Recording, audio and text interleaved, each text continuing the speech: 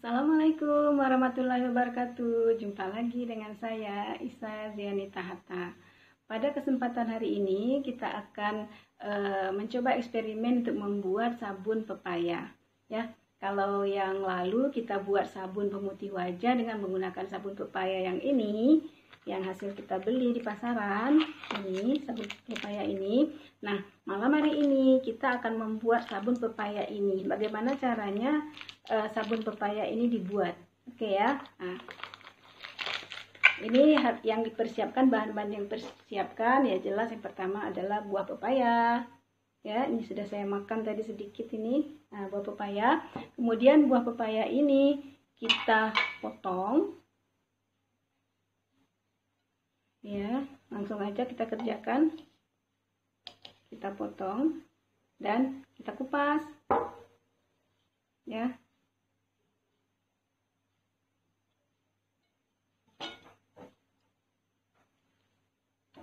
Dan ini sudah selesai dan bijinya kita buang. Kita pisahkan dari bijinya.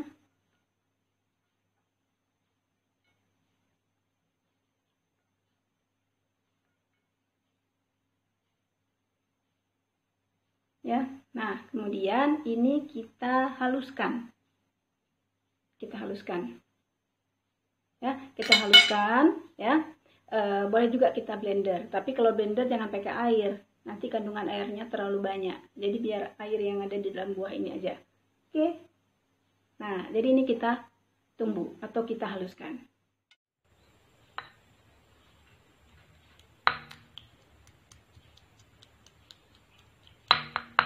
Kita tumbuk sampai halus.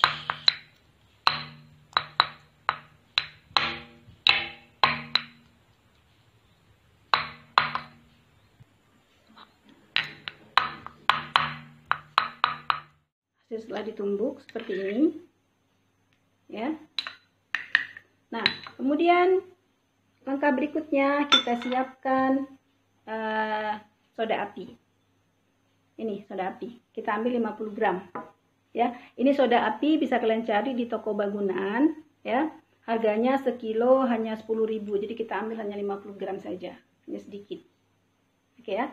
Nah, ini hati-hati dalam penggunaan karena dia bersifat hidroskopis ya. Kalau kena tangan bisa gatal ya. Nah, jadi hati-hati dalam penggunaannya.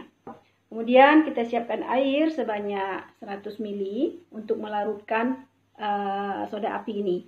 Jadi soda api dilarutkan ke dalam air, soda api dicampur ke dalam air, jangan sebaliknya.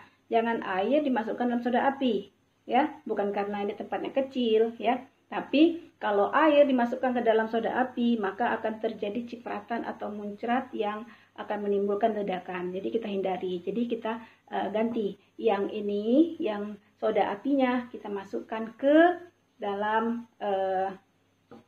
air. Kita ukur dulu suhunya sebelum dicampur dengan NaOH. Suhu air awal, adalah 28 derajat Celcius. Kita campurkan. Nah, ini hati-hati dalam penggunaannya ya. Biasanya pakai masker dan pakai sarung tangan ya, karena dia nanti akan mengeluarkan panas dan gas. Oke ya. 1, 2, 3.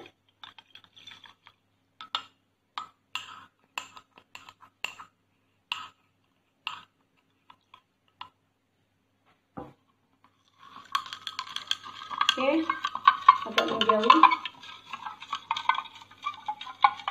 Ini kita aduk. Dan di sini akan muncul panas. Ya, kita ukur kembali. Ya, suhunya naik drastis.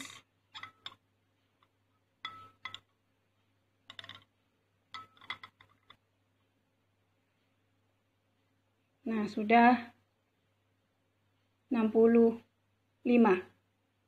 Suhunya sudah 65, naik lagi. Oke, kita tunggu sampai suhu konstan. Ya, kita tunggu dingin. Maka sekarang kita siapkan minyak. Jadi ada baiknya minyak itu dipanaskan dulu. Mestinya minyak itu dicampur minyak makan ya. Mestinya dicampur dengan minyak zaitun ya. Kebetulan habis minyak zaitunnya, ya udah nggak apa-apa. Jadi tadi kita masak dulu.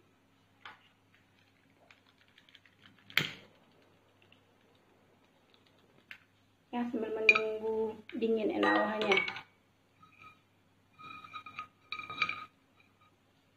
Oke, kita ambil minyak, ini minyak makan. Kita ambil 100 ml. Kalau ada minyak zaitun ditambahkan setengahnya, 50 ml aja. Jadi jumlahnya 150 ml. Nah, ini kita panaskan dulu ya. Supaya apa? Supaya waktu pencampuran, supaya suhu tadi, suhu minyak dengan suhu dari NaOH itu sama. Ya. Nah, jadi kita panaskan dulu.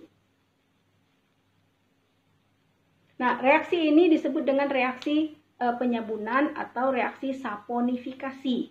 Ya, bahan yang digunakan adalah asam lemak, yaitu minyak tadi, ya, dengan soda api, yaitu asam lemak dengan basa, menghasilkan sabun dan gliserol atau gliserin. Nah, sabun di sini merupakan garam natrium dari asam lemak, ya. Nah, produk samping adalah gliserol. Gliserol ini juga sangat berguna bagi kehidupan. Gliserol atau gliserin ini digunakan untuk pencampuran bahan-bahan kosmetik ya, atau juga untuk pembuatan hand sanitizer, untuk pelembut tangan, dan untuk pelembut tangan pada hand soap ya, pada pembuatan hand soap dan hand sanitizer itu ditambahkan gliserin. Jadi gliserin dari hasil produk samping dari pembuatan sabun. Jadi reaksi penyabunan disebut dengan reaksi saponifikasi. Oke ya, udah mulai panas. Sekarang kita lihat suhu dari minyak. Oke, suhu dari minyak.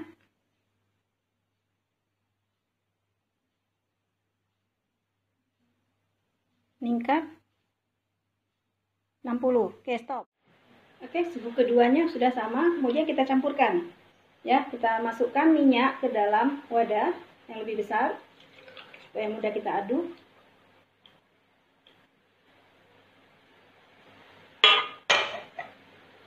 Ya, kemudian ini pengaduknya. Kemudian kita masukkan, ini jangan terbalik, jangan minyak campur ke larutan soda ya, tapi soda api ini yang dimasukkan ke minyak sambil diaduk. Nah, lihat terjadi perubahan sampai dia mengental.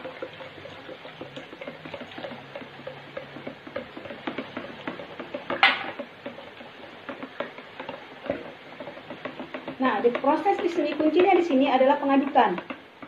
Ya, semakin baik diaduk, maka proses yang dihasilkan adalah semakin baik. Ya, agak sabar-sabar sedikit untuk mengaduknya. Aduk terus sampai mengental. Oke, kita aduk terus, aduk dan aduk lagi. Kemudian kita tambahkan pepaya tadi yang sudah kita haluskan. Kita tambahkan kira-kira 1 sendok. Kita tambahkan 2 sendok aja. Oke, kemudian diaduk lagi.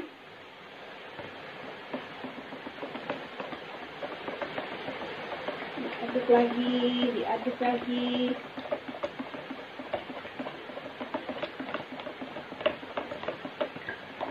Sampai mengental.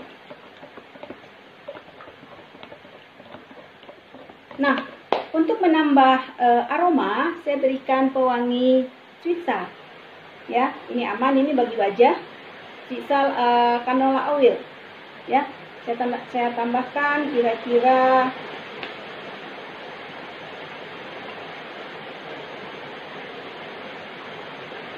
20 ml aja.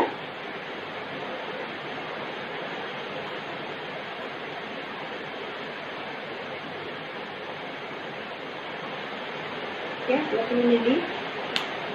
Langsung kita masukkan ke campurannya.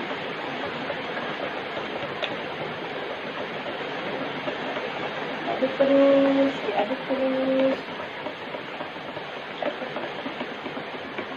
sampai mengental. Jadi hasil bagus atau tidaknya dari proses mengadukan. Ya, reaksi ini berarti sudah selesai. Jadi tadi soda api dicampur sama minyak, ya. Minyak adalah asam lemak dicampur sama soda api basah, itu akan menghasilkan sabun. Yaitu sabun adalah garam dari asam lemak.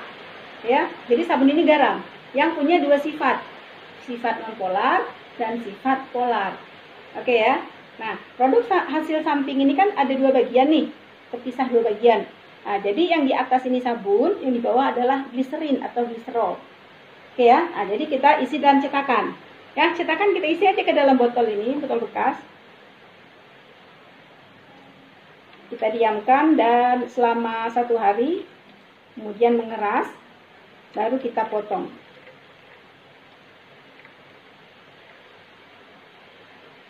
Oke ya, sudah selesai. Kemudian kita diamkan. Lama-lama mengeras. Ini masih panas ini. Masih panas. Ya. Ini lama-lama mengeras, kita tunggu 1 hari. Ya. Besok paginya baru kita lihat hasilnya. Oke, ini kita simpan dulu. Ya, terjadi dua bagian ya. Yang kita simpan ini yang kita simpan. Nah, ini ada yang sudah saya buat semalam. Ini. Ya. Agak sedikit ini. Nah, ada yang udah saya buat semalam, jadi ini kita simpan dulu. Nah, ini terjadi pemisahan ya. Nah, ini gliserin. Ini jangan dibuang nih gliserin ini. Nah, ini juga berguna gliserin ya. Untuk membuat hand soap dan membuat hand sanitizer kita gunakan gliserin. Oke, di atasnya sabun. Kita tunggu mengeras, kita diamkan dulu. Nah, sekarang kita ambil ini udah keras. Ya, udah keras. Nah, di sini terpisah dua lapisan juga, ya. Nah, yang di bawah gliserin, yang di atas sabun. Jadi gliserinnya diperolehnya sedikit untuk yang percobaan yang semalam. Nah, ini cetakannya. Gimana cara membukanya? Ya, kita potong aja, ya. Kan nggak diperlukan lagi nih, ya. Nggak diperlukan lagi, kita potong aja.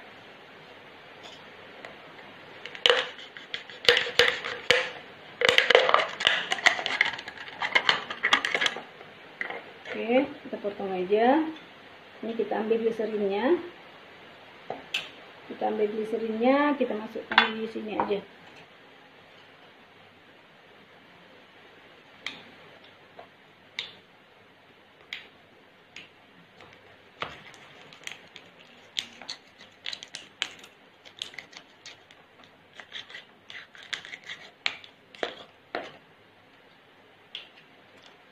Nah, ini gliserin yang dihasilkan sedikit, yang itu banyak.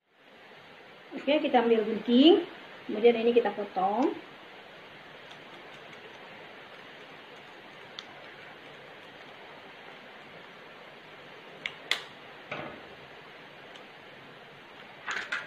Kecil kita mencret. Oke ya, ini. Nah, ini kita buat dulu. Ini gliserinnya lengket.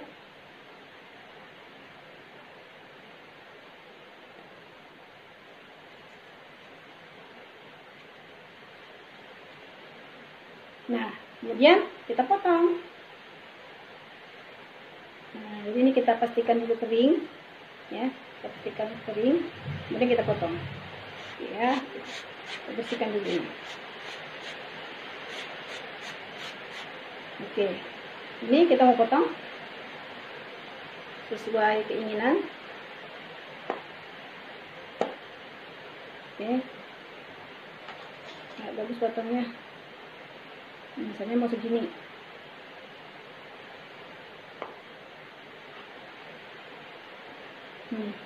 Nggak bisa kita gunakan. Tapi dibiarkan dulu sehari 2 hari baru digunakan ya. Dipastikan dia benar-benar kering, benar-benar menguap dulu. Zat-zat yang nggak diperlukan ya. Jadi setelah sehari atau 2 hari baru bisa kita gunakan. Nah, jadi seperti ini prosesnya. Kita ambil cetakan itu aja, cetakan botol bekas.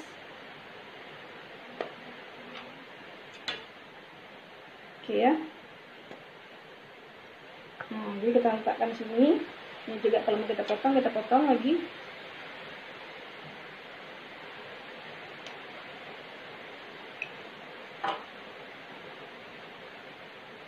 Ya, kita susun. Susun sabun kita. Nah, jadi dari minyak kita bisa hasilkan sabun. Nah, inilah proses saponifikasi ya. Nah, ini terjadi hidrolisis di sini, hidrolisis asam lemak. Nah, inilah hasil. Nah, sekarang kita mau coba cuci tangan pakai sabun itu. Nah, pakai sabun ini. Ya, kita basahi dulu tangan kita dari sabun eksperimen. Oke, kita basahin, kita ambil satu. Ini. Ya, kita basahin dulu sabunnya.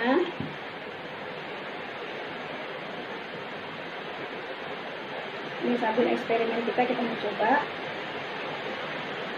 Memang ini busanya nggak banyak karena nggak ada SLS di sini, ya. Yang menyebabkan busa banyak kan kita gunakan SLS, ya, lauril sodium sulfat. Ya.